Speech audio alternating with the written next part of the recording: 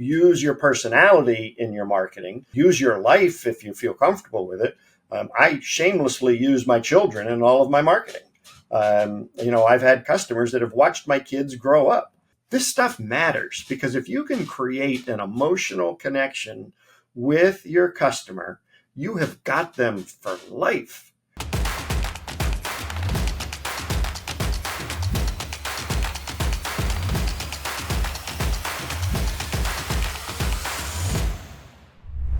Welcome to another episode of Whisking It All. We're here today with Vance Morris. Vance helps business owners get, serve, and keep clients for life through creating experiences and response-required marketing. He's a former birth control factory security guard, turned Disney leader, turned bankrupt out-of-work executive, turned carpet cleaner, turned successful entrepreneur. So we're going to get all into that. Vance, thanks for joining us today. Angelo, appreciate you having me, and this should be fun. Looking forward to it.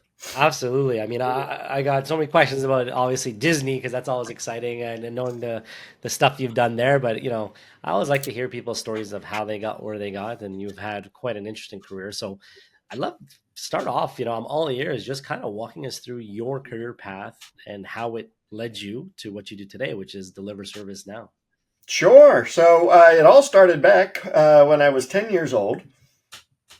No, really. And I had a newspaper route. And this is my theory on the downfall of American society is the elimination of paper routes held by little children or, teenagers. Yeah. Right now, it's all adults do it. They drive in their cars and they zing, and it's actually like a job for people, which I don't get. Right. So when I had the newspaper route, I was learning, I didn't realize this, but I was learning customer service because they told you, please don't walk on the lawn. Fine, great. I use the driveway. Please put the paper between the screen door and the storm door. Fine, that's where I put it. Please make sure that you use a rubber band around the paper. Okay, fine. Some people didn't want plastic. So it's really kind of when I started learning, customer peeves, customer requests. And if I followed their directions, I got paid.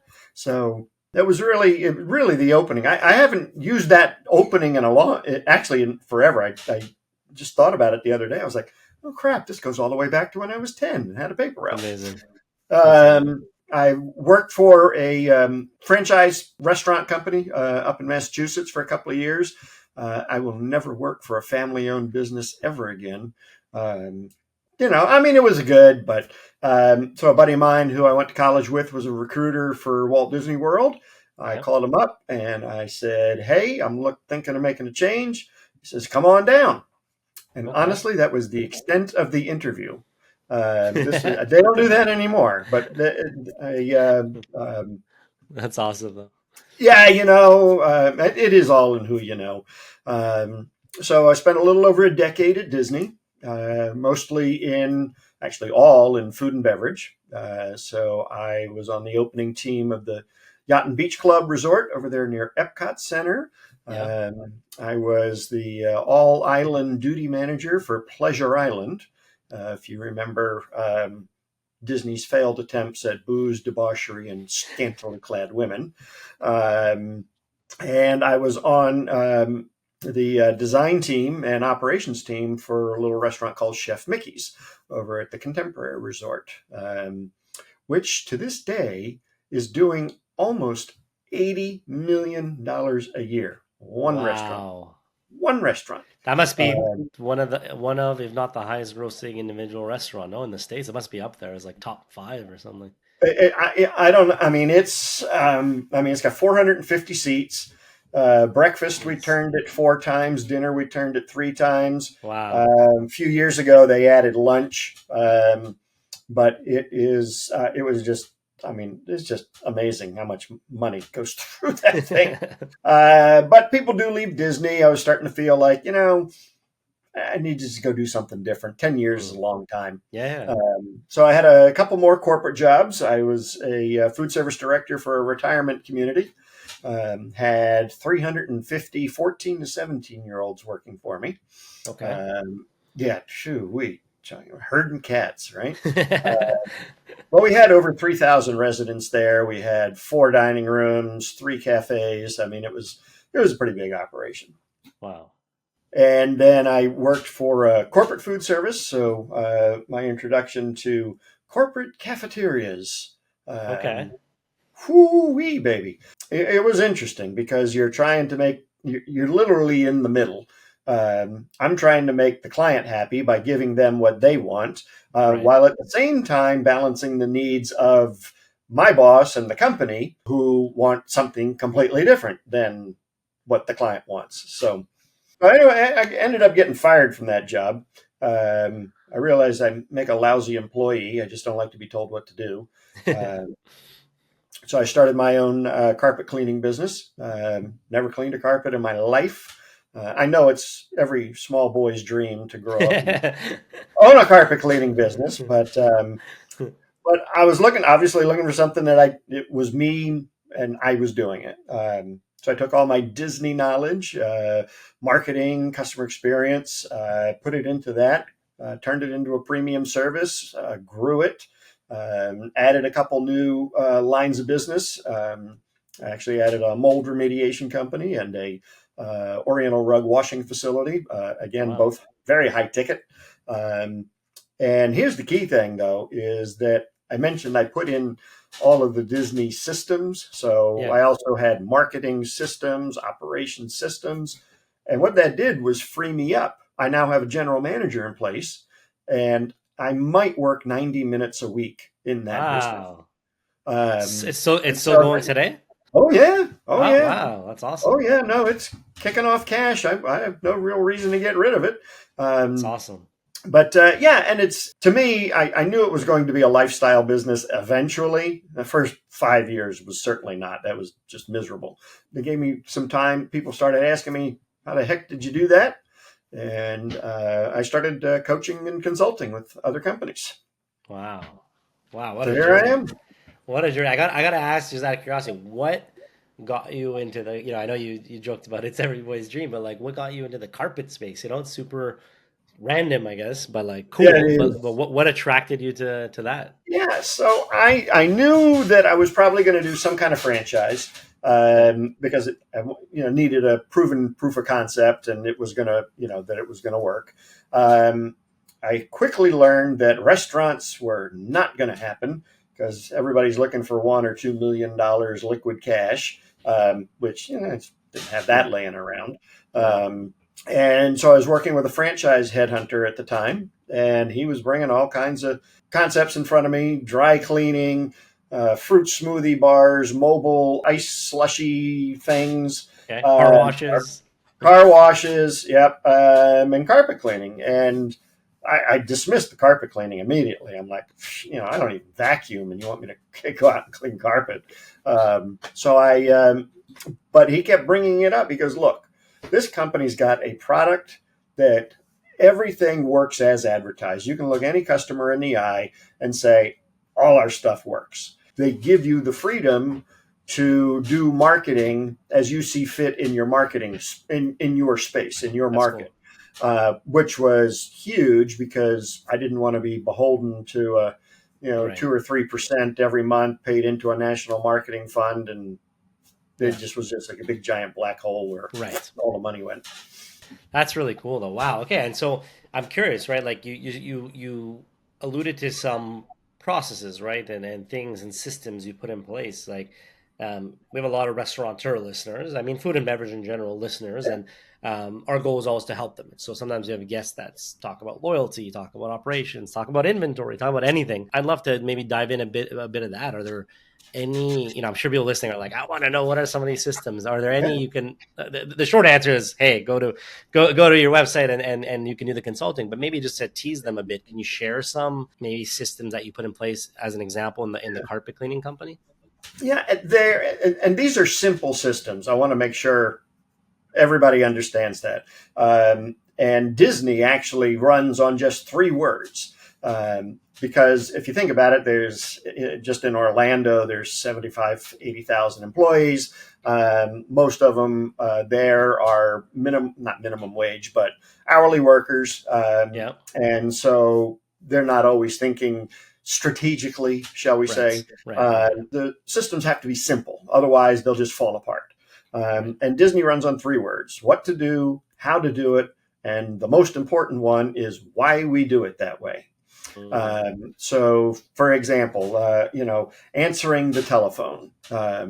I worked with some insurance companies a while back, and I was doing a presentation at this conference, and we were talking about, how do we separate ourselves from the competition? How do we, stand out? Because we're all commoditized. A dentist is a dentist is a dentist. They're commodities. There's only so many ways to clean teeth. What separates one dentist from another? Really, it's the experience that they provide in their office. So one of the things, this insurance guy, it's really boring business, insurance. No offense to anybody who's in the insurance industry, but he was one of probably 30 insurance agents in his town. What I discovered in working with him was he loved rock and roll. This guy had autographed guitars on his walls in the office, the Who, Led Zeppelin posters. And so I was working with his team, and we were doing the whole what, how, why, and we do it based on the guest or the customer timeline or journey or whatever you want to call it. Every point on there where there's an interaction between the customer and your business, that's a point where you can create an experience. So we decided, all right, well, what can we do? Let's talk about answering the phone. Great. Yeah. Most places you call, there's something along the lines of, thank you for calling Dave's Insurance. How can I help you? We get that everywhere, right? It's actually one of his employees came up with this. And so now they answer the phone. Thank you for calling Dave's Allstate, the agency that rocks. That's cool. Now, it sounds a little hokey, but if you say it enough times, you just get used to it. And so just answering the phone that way, it separates them from everybody else. Probably separates them from all the other businesses in his city. But also answering the phone that way sifts, sorts, and screens out customers who would just not be good customers. Because people would be like, what? Huh? That makes no sense. I don't want to work with this guy. Fine. And then it attracts the people. So you remember, your marketing is designed to do 2 things: attract the people you do want and repel the people you don't want. Because not everybody's going to be a good customer for you. Right. And so just by answering the phone that way, did those 2 things. And it was fun. If you can't have fun in your business, gee whiz, have put a little personality in it. But that's just one of the processes, is answer the phone.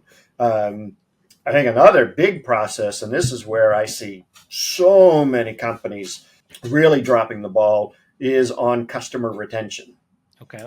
And having a robust, and I do mean robust, customer loyalty, customer retention system in place. And I'm not talking just, a birthday club, or, you send them an email once, or whatever. I'm talking like robust. Because you got to remember, it is ridiculously expensive to get a new customer. In order to, advertise to get a new client, it ain't cheap. Yeah. But it is exponentially cheaper to market to the customers you already have. Right. So keeping for a me, customer versus getting a new customer. Yeah. Yeah. So right now, for me to get a new customer in the carpet biz cost me about $105. Okay. Only cost me $15 to keep them every year. There you go. So I'm a firm believer in using the mail, like the U.S. Postal Service. Okay. Mailboxes are empty these days. Except for today when all the Christmas catalogs came. But, restaurants especially can really latch onto this loyalty program or customer retention program with newsletters and offers, and send out chef's recipes and birthday cards and the birthday club. And there's just so much stuff that they can do to keep keep the doors open, but even to fill off-peak times. We all know between 4 and 5 o'clock, most restaurants are, the dinner staff is coming in, and they're Yeah. kind of getting geared up. And I mean, but wouldn't it be nice to have like a early dinner rush between 3 and 5? Because Uh, if so I mean, using your marketing like that is just, to me, is a no brainer. No, I love that. I love that. And I'm curious to know, like, the phone example is great. So just to reiterate, you're saying, so the what would be, okay, the phone, the Yep. how would be how we answered, maybe the tone, Yep. whatever. And then the third one is why we do it. And I guess in this case, it's to stand out and attract the right type of customer. So that's a good Yep. takeaway for 100%. people listening. Really cool. And out of curiosity, like, you briefly gave an example of for your business specifically 105 to get a new customer and then 15 to keep it. What are some ways you work on the keeping the customer? I know you mentioned direct mail, but I'd love to maybe get some Oh, tangible sure. ideas. Yeah. So within direct mail, all of my clients get a monthly newsletter. So it's a 4-page, full color monthly newsletter that goes out. It's kind of like Reader's Digest light. There's Got fluff stories. There is nothing about carpet cleaning in there, because nobody will find it. that interesting. You don't talk about your new, Succomatic 3000, because nobody cares. Yeah. Um, but what I will tell you is to use your personality in your marketing, use your life if you feel comfortable with it. I shamelessly use my children in all of my marketing. I've had customers that have watched my kids grow up. Wow. From the time my daughter was 4 years old in her little tutu ballet school, and all the time I'm constantly updating pictures in the newsletter. And last month we did. She got mentioned all conference for field hockey, so I had a nice field hockey picture in there of her. And this stuff matters, because if you can create an emotional connection with your customer, you have got them for life. So, I mean, literally, my daughter and I would go to the grocery store when she was young. She doesn't go with me anymore. Go figure. She would go to the grocery store with me. And we had a lady walk up to us and went right to Emma and said, "Oh my God, how was your recital?" And I'm looking at her like we're ready to go hide in the frozen food section. Who's this lady? Man, think Yeah. about it. Oh, she must be one of my clients. That That's so lady is cool. never leaving me. That's awesome. Never. That's awesome. That's really cool. And so when we think about, let's say, the restaurant world, let's say, what are some ways, and I'm sure Disney probably had a ton of these, right? But what are some ways that you think restaurants could stand out? So I think about our listeners. I always say they're like the entrepreneurs of entrepreneurs, because any entrepreneur is I got a ton of respect for. You're building Yep. a business from scratch. You got to wear many hats. But I find restaurants are that, but even harder, because it's like long hours, labor Mm-hmm. intensive, perishable products. It's just like Yep. it's like the master class of entrepreneurs almost. Thin margins, you name it. So Yep. just to maybe give some ideas to people listening, some inspiration. What are things you've seen either at Disney or on your own, or things that you'd recommend when it comes to restaurants thinking about how to stand out? Right, it's a crowded market. What are things they can Yep. do from your Well, perspective? this is really basic. Um, and McDonald's used to use this for their marketing. Uh, Clean restrooms. And I'm dead serious. Restroom cleaning used to be in the McDonald's marketing budget. That's disappeared a long time ago. But real, and that old adage is true. I mean, if a restaurant's bathroom is dirty, Yeah, you immediately go to, what does the kitchen look like? yeah, yeah. Um, and so I run a mastermind group, and we were at the Ritz Carlton in Washington, D.C. A couple of weeks ago. And it was a lunch break, and I had the general manager of the resort was going to come do a presentation to my group. So I, made a little pit stop before I was going in there, and there was another Yeah. guy in there, all dressed up, and he was wiping the counter down in the bathroom. And when we started up, he came in, and that was the general manager of the Ritz Carlton. Had just Oh, been wow. wiping down the counters, and one of my guys asked him. He goes, "We know that you were in there wiping the counters. You know, don't you feel weird that you've got employees using the public restrooms?" He goes, no, I encourage my employees to use the public restrooms because that gives me extra sets of eyes other than the 2 or 3 times a day, a custodian will Right. go in there, Right. which makes perfect sense. But then Interesting. on top of it, not that he expects them to clean the toilets, but is pick up the paper, wipe down the water that's on the countertops. If the bathroom is dirty, alert somebody. So Right. it's not just, go in, wash your hands and leave. Hmm. It's go in, do your business and tidy up or make a phone Yeah. call, wash your hands and leave. So, Smart. Smart. It's yeah, kind of almost like distributing simple concept, but I mean we can extrapolate that and say, okay, it's like distributing the failure points, instead of having one or two failure points because you have the spot checks twice a day, you now kind of decentralize it, and any employee can alert or just do slight tidy ups. I love that, and that yeah, could be applied to other areas of the business for sure. yeah. I think educating the team. I hate using the word staff. I know I said it earlier. If you call your team staff, I encourage you to stop because staff is an infection. You put an ointment on it. It's not pretty. So, like both of my kids work in restaurants right now. I've got a 18. Well, I've got 4 kids, but my 18-year-old, my 17-year-old both work at a crab house here in Maryland. And when my daughter, she's a hostess, was going to work the first week doing the training, I said, "Oh, are you learning the menu?" He goes, "No, I don't have to." I said, "Yes, you do. What are you going to talk to people about while you're going from the host stand to the table?" "Oh, I don't talk to them." No, no, no, no, no. This is not how she goes, "Nobody else does it." I said, "Exactly. You should be doing it to stand out. Yeah. And you can talk about your favorite item on the menu. Because Yeah. look, this is what I get for lunch every day that I work, and it's great, and blah, blah, blah." And she started doing that, and she found that people were nicer to her. Mm. And she was getting tips she's not in a tip position, but she was getting tips from some of the Server. waiters because Interesting. she had already suggestively That's cool. pre-sold the table on an appetizer or on a Yeah, yeah, dessert or yeah. That's so something. cool. That's awesome. And so, I mean, the What a hostess great is lesson. increasing the value of the ticket. So educating everybody. Now, do they need to know the wine list intimately and it, has got odors of this and flavors of that? No, I get that. But your wait staff should be um, definitely Yeah. be educated. I mean, I can't stand going in and saying, what do you have for IPAs on tap? Yeah.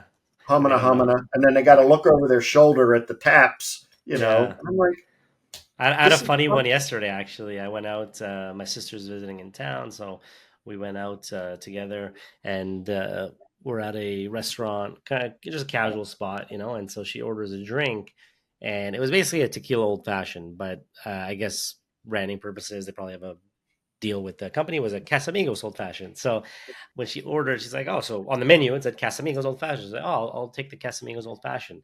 And she came back and she's like, I don't think we have that." And I'm like, "What do you mean? It's like a menu. It's not like she's ordering something off the menu. It's on the menu." So I found it weird. So I'm like, "Let me yeah, ask you, is it because um you were looking for like a tequila old fashioned button?" She's like, "Yeah." I'm like, "Oh, it's because it's probably under Casamigos old fashioned." So I guess she was new. She didn't know that, Casamigos is tequila, like connecting the yeah, dots. So she was searching for a tequila old fashioned button. Anyways, long story short, it just goes to show you, like, it's little things like that where it's like, you expect this, like, and that's what the difference between, an awesome experience and maybe a subpar experience. I mean, for us, it wasn't the end of the yeah, world, but for people, when you go out, it is an important part. When you have that waiter or waitress who like knows their menu, suggests something, asks you about your preferences, and then works with yeah. that to suggest something else, it feels so much more personal, and like, I don't know, I find the experience becomes just that much more enjoyable. For that server, I would say retraining should be required. Uh, Yeah, but I would never have allowed them on the floor if without it the basic knowledge of the menu. there you And go, Disney would do that, and I did that in all my restaurants that I worked in. If you didn't know the menu, well, go study, Bubba, there you go, there you go, because yeah. we are in a detail-oriented business. The difference between medium and medium rare is Yeah. a very fine line. Right. Um, Right. so if you think about this, that every detail in your business is either enhancing or detracting from True. the experience. There is True. no middle ground. Yep. So if you ask for medium rare and you get medium, that's a detraction. Yep. If you ask for a drink and they look at you like you got three heads, that's a detraction. Um, but I'll tell you, I had. Have you ever been to the Flying Fish restaurant in Disney? No, Um, but it rings a bell. No, no, I haven't been though. Oh my God, amazing. So I took a couple of clients there. It's a pretty high end restaurant. Yeah. And, I was looking over the wine list and, I asked the guy, I said, look, we're going to have a bottle of white with our appetizers and then we're probably going to get something. We'll have red with dinner. Can you recommend something? And he, pointed out a couple. I said, fine, we'll take this one and that one. And he came back with the bottle of white and presented it to me. And I said, oh, all right. I mean, I'll take your word for it. If you say this is good, we'll go with it. He goes, yeah, this is good. But if you want great, and literally from behind his back, he pulls out another bottle of wine and he says, this one is amazing. That's I'm like, awesome. well, now I got to get the amazing Of wine. course, I'm you're not not going going to to say get no. the Yeah. good wine, Yeah. But he was ready. See, he read me. Yeah. He knew that, I mean, I'm not going to say price wasn't an object, but it was obviously some kind of business meeting. I was obviously doing the entertaining and taking Yeah. care of the check. Yeah. Just through my words, when I was asking about the wine, I wasn't asking about pricing on the bottles. I just wanted a good It's your bottle. best one. Yeah. And Yeah. so, Yeah. he came back with the good bottle and the amazing bottle. So, That's awesome. That's awesome. It's funny because I always talk about that, how in the restaurant world, it's like, I mean, any business you have this, but in the restaurant world, there's so many moments of truths. mhm. And you kind of, named a few, but like how the host, I mean, we can go all the way from parking. Was it easy to find parking? Like, even though that's not the restaurant's fault, if it was hard, you were already in a bad mood. Was the hostess nice? Are you waiting for your table? When you sit down, you have to wait to just get water. Like little things, like, do they bring you bread or not? Whatever. But the point is what's crazy is there's like, let's say like 50 moments of truth. And sometimes the difference between that amazing experience and a bad experience could just be, like you said, a couple of detractors. Just Yeah. 4 out of the 50 were bad, but those are the 4 you're going to remember. You're going to remember that you waited long to pay the bill. You're going to remember that parking was horrible, and you're going to remember that, I don't know, the dessert was expensive, whatever it was. But you end Right. up remembering the detractors, and so that's why I always say it's like restaurateurs. There's so many things that have to go right, and so part of this podcast is how can we just help them in general, which is a perfect segue because one thing I want to ask you is, it seems like that's what you're doing. You're helping, I mean, business entrepreneurs in general, but I'd love to kind of just touch on that. Like, what was the inspiration to kind of start Deliver Service Now? Like, tell me a bit about the inspo behind that.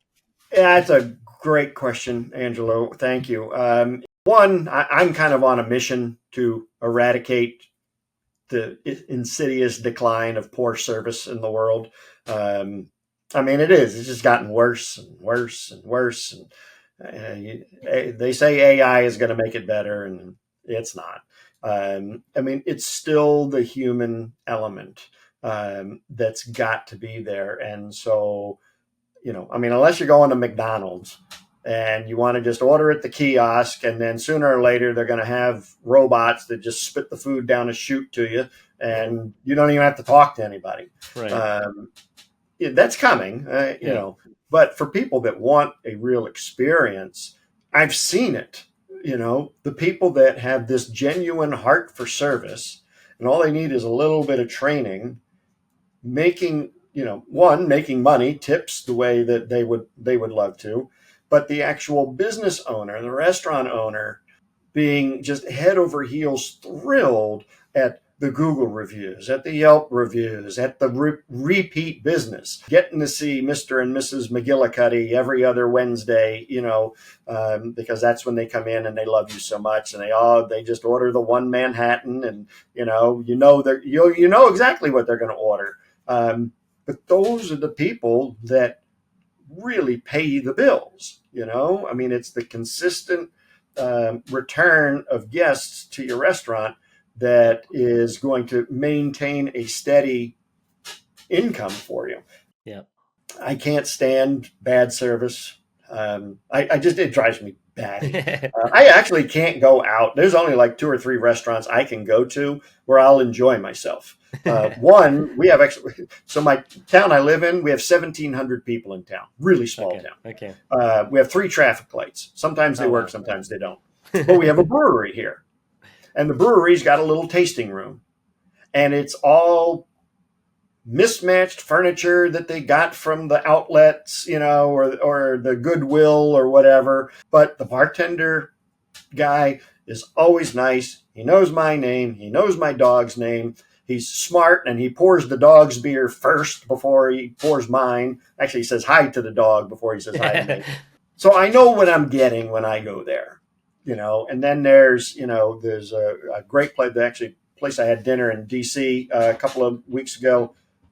I just know that it's going to be a great experience. And some people just say that, let's go to this restaurant. I just like, oh God, do we have to?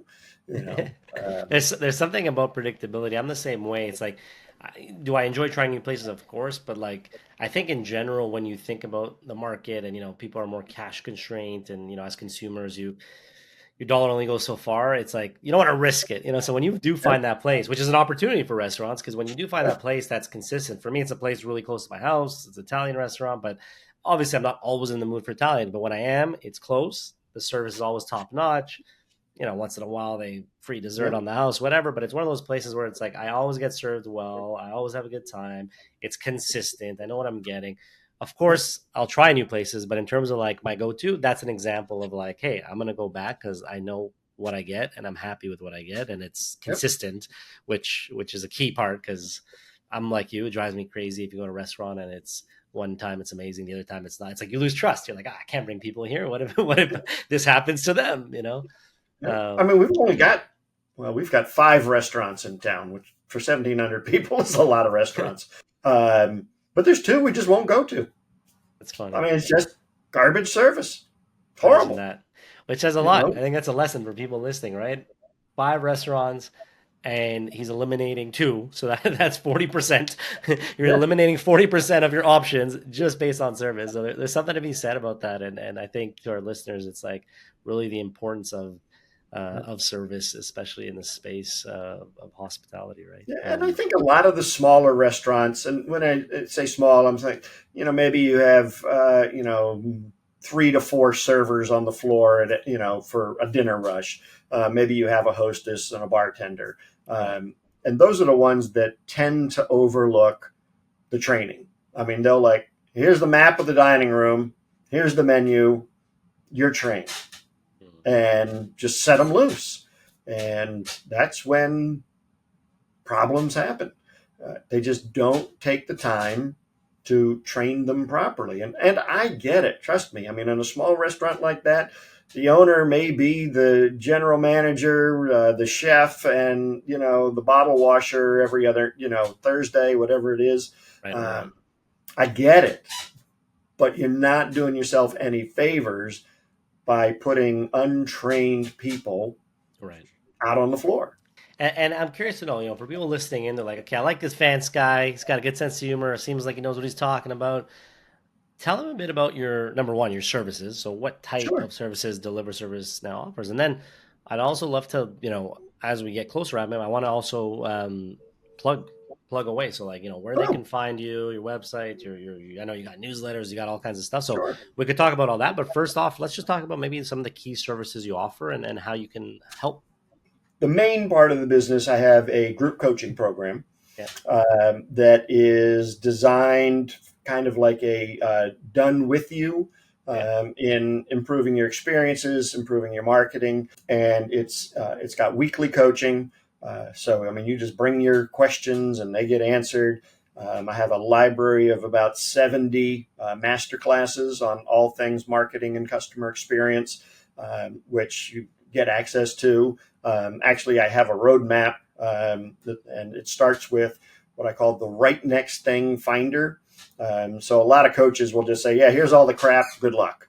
Yeah. Well, they do, and then you got to go hunt and peck and try and find stuff. So what I'll do is what's called the right next thing finder, and it's 10 questions to determine what is the right next thing for you to be focusing on. Which is important. Is it marketing? Is it customer retention? Is it, in restaurant experience? And then that way I can direct you to those particular master classes. And when we're on our coaching sessions, I know kind of what the direction that we need to go. I do consulting, usually for a larger restaurant that's doing, north of $3.5–4 million. Although these days that could describe a lot of places. Chick-fil-A is doing $6 million. So, fair enough. Certainly we'll come in and do a complete mystery shop and audit of the service and come up with a plan. I primarily only work with the owner because if they are not bought in, if they're an absentee owner, then the general manager has to have the authority to be able to implement what we're talking about. The one cool thing I do, which a lot of people enjoy, is I do 3 and 4 day boot camps, full intensive boot camps at Walt Disney World. So we'll spend half the day in the classroom, half the day in the resorts or in the parks, and you really get to see how Disney makes the sausage, so to speak. That's cool. And at the end of it, you've got a blueprint on how you're going to, what I say, Disneyfy your business. And for all the foodies out there, we start off the whole event with a 9-course wine pairing dinner outside overlooking Cinderella's castle at sunset. That's awesome. So that sets the pace for you. That's awesome. That's really cool, and I love the thing you mentioned about finding the next thing to work on, because I think it's true for all businesses, even at Whisk, right? Like, we're a software company, we work with hospitality, but it's we do inventory and all that good stuff. But even for us, it's like super important. I always say, like, as a product company, there's no end, right? Like, it's not like Apple just stops developing, or Google, like, it'll never end. So you have to get good at prioritizing stuff. And it's the same for restaurants. It's not like one day you wake up and you're like, I'm finished my checklist of things I wanted to do. It's like, you're always going to be hiring, new techs coming out, renovations, whatever, checklist, clean, like, you name it, marketing, things change. Facebook's not as popular, but now this is, like, whatever it may be. And so once you realize it's a never ending thing, you realize, okay, I got to get good at picking the right next thing to work on, because it's never ending. Even if things are good and the business is growing, it's still just never ending. There's always going to be something to do.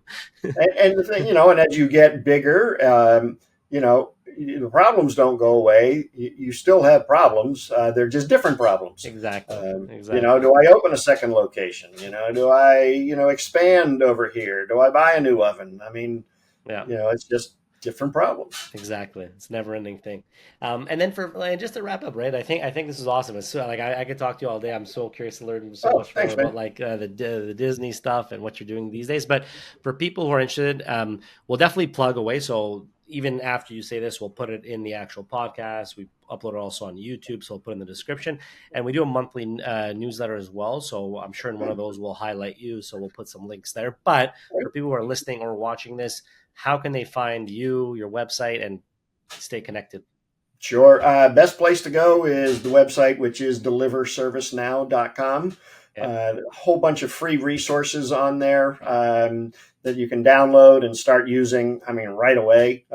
Actually, I've written a few books, and my flagship book, Systematic Magic, is you can download it as a PDF and free. And if you actually want the book to hold in your hands, it's still free. I just ask you pay a little bit of shipping and handling to get the book to you. But deliverservicenow.com is the best place.